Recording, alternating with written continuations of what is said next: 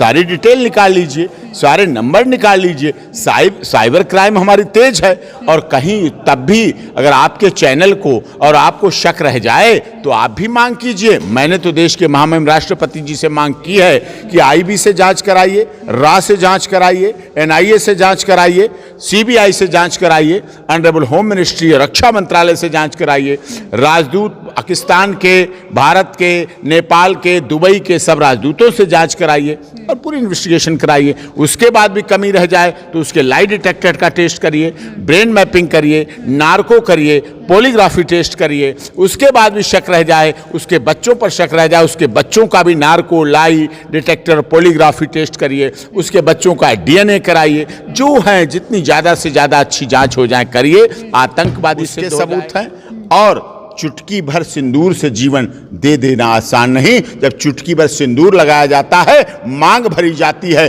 बिंदिया लगाई जाती है, मेहंदी रखी जाती है, चूड़ियां पहनी जाती हैं, मंगलसूत्र पहना जाता है, बिछिया पहने जाते हैं, यह आसान बात नहीं है। नमस्कार, आप देख रहे हैं दबंग दिल्ली और मैं हूं प्रिया। आपको बता दूं कि हमारे साथ एक ऐसी शख्सियत हैं जो किसी परिचय के मोहताज नहीं है, लेकिन फिर भी हम आपका परिचय करा देते हैं। सर एपी सिंह हैं, जो सुप्रीम कोर्ट के वकील हैं। इनसे बातचीत करेंगे और जानेंगे कि अभी जो मौजूदा हालात हैं देश के, वो कैसे हैं और इस पर इनकी क्या राय है। सर, बात करें अगर मणिपुर की, तो स्थितियां क्या हैं ये हर कोई वाकिफ है। आप क्या सोचते हैं?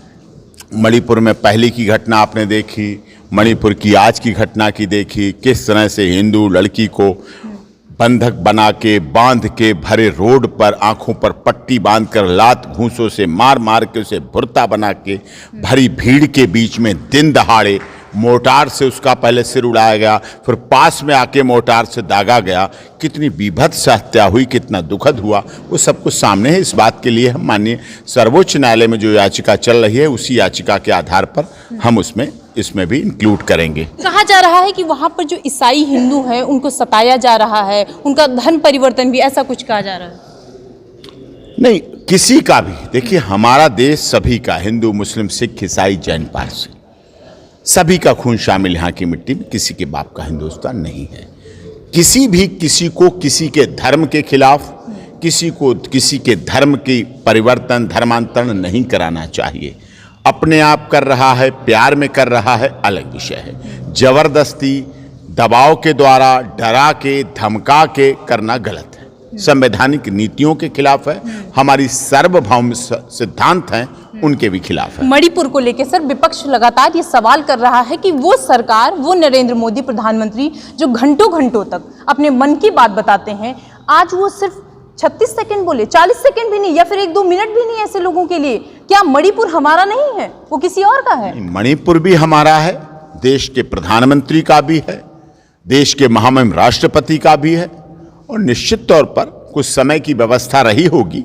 सदन चल रहा है, देश के प्रधानमंत्री जागरूक हैं, वाइब्रेंट हैं, जीवंत हैं, गूंगे भी नहीं हैं, बहरे भी नहीं हैं, सुनेंगे भी, देखेंगे भी, और पहले भी उन्होंने बोला है, पीछे समय भी बोला है।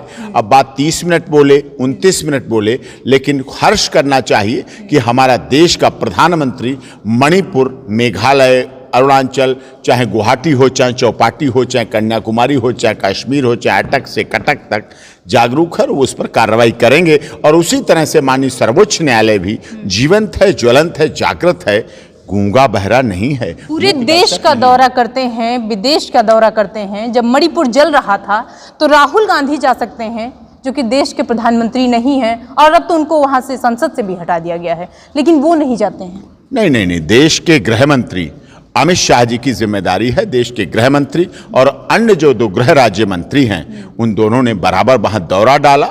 कुछ गृह राज्य मंत्री दोनों में से तो वहां डेरा डाल के रखा। क्यों नहीं चाहेंगे, क्यों नहीं चाहेंगे? देश के प्रधानमंत्री हों चाहे गृह मंत्री हों, क्या उन्हें अच्छा लगेगा मणिपुर जलता हुआ? क्या उन्हें महिलाओं की बेइज्जती होती हुई अच्छी लगेगी? क्या उन्हें महिलाओं को, लड़कियों को, हिंदू लड़कियों को या किसी धर्म की जाति की लड़कियों हों, उनके साथ दुर्व्यवहार अच्छा लगेगा? कभी अच्छा नहीं लगेगा। देश के राजा हैं, उनको कभी अच्छा नहीं लगेगा। सर, जब अच्छा नहीं लग रहा है तो विपक्ष लगातार ये सवाल पूछ रहा है कि आखिर जो है वो कभी बोलते हैं, कभी नहीं बोलते हैं। एन बीरेन सिंह ने, देख लीजिए, वहाँ के सीएम ने कहा कि ऐसे जो वीडियोस आप वायरल देख रहे हैं, ऐसे पता नहीं कितनी वीडियोस हैं, एक दो वीडियोस नहीं हैं। उसकी जांच होनी चाहिए, सभी वीडियोस की जांच होनी चाहिए, दोषी छोड़ा नहीं जाना चाहिए, दोषी बख्शा नहीं जाना चाहिए और निर्दोष को सजा नहीं होना चाहिए। ये भी हमारे ध्यान में अगला सवाल सर सीमा हैदर पर हम आपसे करते हैं। सीमा हैदर जो आ रही है, हाँ अभी तो सीमा हैदर हम कहेंगे, मैं तो सीमा मीना सीमा हैदर जो आ रही हैं लगातार यहाँ पर, और वो उत्तर प्रदेश पुलिस हो, चाहे नोएडा पुलिस हो, चाहे एटीएस हो, लगातार उनसे पूछताछ कर रही है। कहा जा रहा है वो किसी जो है आतंकवादी संगठन से जुड़ी हुई हैं। बिल्कुल, आपने बहुत सही कहा। मुझे उसका नाम बता दीजिए, मैं एटीएस वालों को बता दूं कौन सा आतंकवादी संगठन है, और मैं भी एटीएस वालों की मदद करूं। आप भी जाके आज ही बता देना कौन से आतंकवादी। कहा जा रहा है, कहा तो ये भी जा रहा है सीमा के पास 5 पासपोर्ट मिले। वो है क्या 5 पासपोर्ट? 4 बच्चों के पासपोर्ट, एक खुद का पासपोर्ट, 5 पासपोर्ट पूरे हो गए। कुछ मोबाइल भी मिले हैं सर, सबके पास मोबाइल होते हैं। एक मोबाइल सीमा का, एक टूटा हुआ मोबाइल 2, एक बच्चों का मोबाइल 3, एक सचिन का मोबाइल 4, एक सचिन के फादर का मोबाइल, उनके ससुर का मोबाइल, 5 मोबाइल हो गए।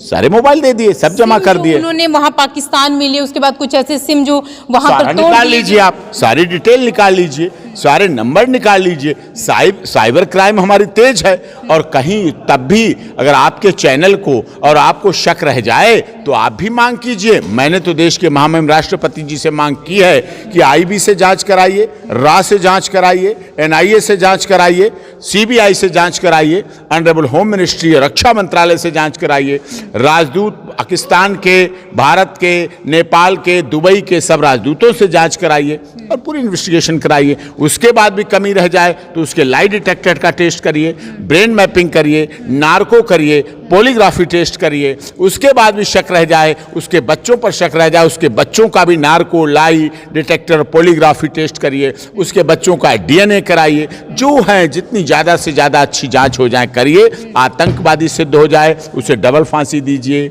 आईएसआई एजेंट हो उम्र कैद दीजिए, स्पाई हो जीवन भर जेल में रखिए, अधिक से अधिक सजा दीजिए। लेकिन अगर वो निर्दोष हो, अगर वो अंधे प्यार की मारी है, अगर उसने प्यार किया है, अगर सचिन को सच्चा प्यार किया है और वो 4 बच्चों की बेसहारा मां के रूप में सचिन स्वीकार किया, तो उसे अपना भी लीजिए, गले भी लगाइए। उसने हिंदू सनातन धर्म ग्रहण किया है, उसके आधार पर अतिथि देवो भव को भी मान लीजिए और वसुधैव कुटुंबकम को मान लीजिए, सर्वे भवन्तु सुखिनः सर्वे सन्तु निरामया को मान लीजिए।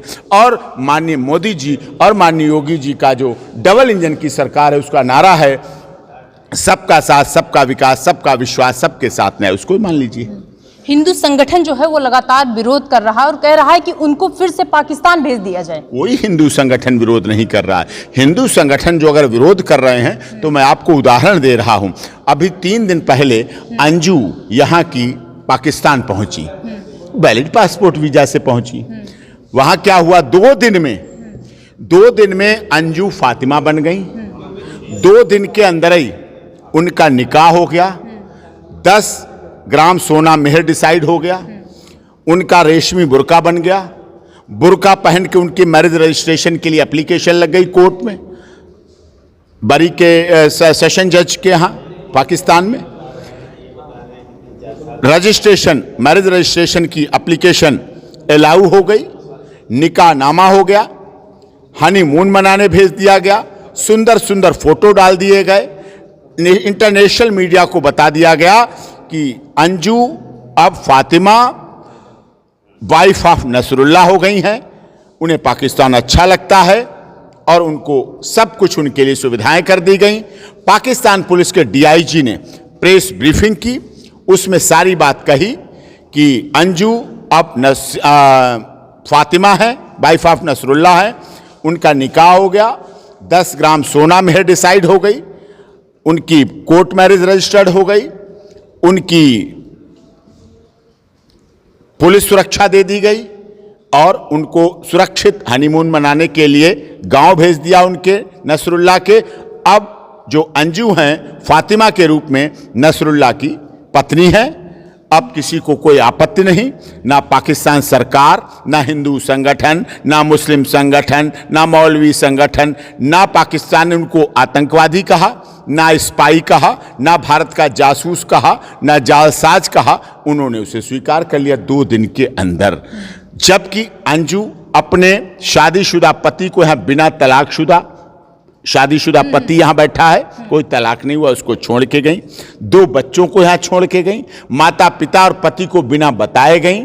जबकि सीमा अपने 4 बच्चों को लेके आई, उसके माता पिता का देहांत हो चुका, उसको तलाक हो चुका और उसे भारत में स्वीकार करने में समस्या आ रही है।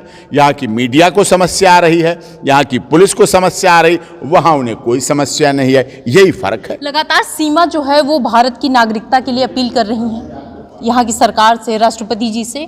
तो क्या जो यहाँ की नागरिकता है, भारत की नागरिकता है, वो ऐसे ही लोगों को मिल जाती है? क्या भारत की नागरिकता ऐसी हो गई है? बहुत अच्छा आपने सवाल किया।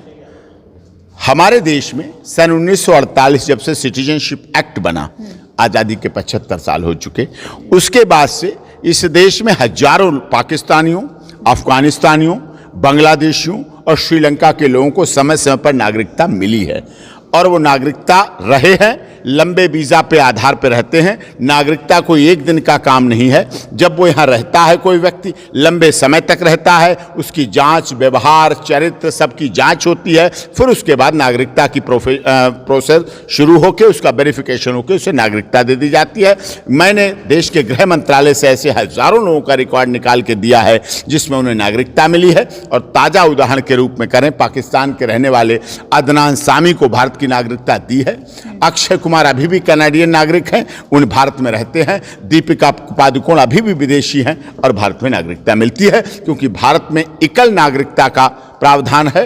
पासपोर्ट वीजा, इस दुनिया के 75 देश ऐसे हैं जहां से पासपोर्ट वीजा की जरूरत नहीं पड़ती है। नेपाल और भारत का रोटी और बेटी का रिश्ता रहा है, इसलिए पासपोर्ट की जरूरत जब रोटी और बेटी का रिश्ता रहा तो क्या नेपाल से कोई भी आके यहाँ पर रह सकता है? क्या कोई भी नहीं आई है, वो कोई नहीं आई। कोई की जांच करो, आतंकवादी की जांच करो, जासूस की जांच करो, लेकिन सीमा वाइफ ऑफ सचिन जो हिंदू धर्म ग्रहण कर चुकी, वो कोई नहीं रही। वो भारत के मूल नागरिक की हिंदू रीति रिवाज के अनुसार धर्मपत्नी है, उसे यहाँ रहने दिया जाए अपने 4 बच्चों के साथ। शादी उन्होंने यहाँ नहीं की सर, नेपाल जो नेपाल में की है, शादी दूसरे एक बार होती है, कहीं होती है। यहाँ शादी हर बार, हर देश बदलने पर, प्रदेश बदलने पर, जिला बदलने पर शादी नहीं होती है। शादी जहाँ जिसकी एक बार हो जाती है, बस वो शादी के बाद पत्नी हो जाती है। हिंदू रीति रिवाज, हिंदू संस्कार के अनुसार, हिंदू मैरिज एक्ट के अनुसार शादी सप्तपदी के द्वारा, अग्नि के समक्ष, अग्नि नहीं है चांद के समक्ष, चांद नहीं है तो सूर्य के समक्ष,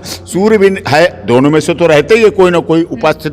पंच तत्व, पेड़ है, पेड़ के सामने, हरियाली है, हरियाली में हवा है, जल है, सूर्य है, धूप है, अग्नि है, उन सब के सामने सप्तपदी के अनुसार विवाह किया जा सकता है और वो विवाह वैलिड होता है। सर, नेपाल में उन्होंने शादी की, सबूत जो कि हमारा भारत सरकार है या फिर नियम कानून को अगर मांगे तो वो सबूत मांगता है। फोटोग्राफ, क्या सबूत है? फोटोग्राफ दिए हैं, मांग भरते हुए को फोटो दिए हैं। 8 दिन तक नेपाल काठमांडू में पति की पत्नी की तरह होटल में रहे हैं, उसके सबूत हैं। और चुटकी भर सिंदूर से जीवन दे देना आसान नहीं। जब चुटकी भर सिंदूर लगाया जाता है, मांग भरी जाती है, बिंदिया लगाई जाती है, मेहंदी रखी जाती है, चूड़ियां पहनी जाती हैं, मंगलसूत्र पहना जाता है, बिछिया पहने जाते हैं, ये आसान बात नहीं है, ये बहुत कठिन होता है और व्यक्ति उसको निभाता है और हिंदू संस्कृति उसको जीवन भर निभाती है और उस पर अमल करती है और उसी आधार पर रहती है।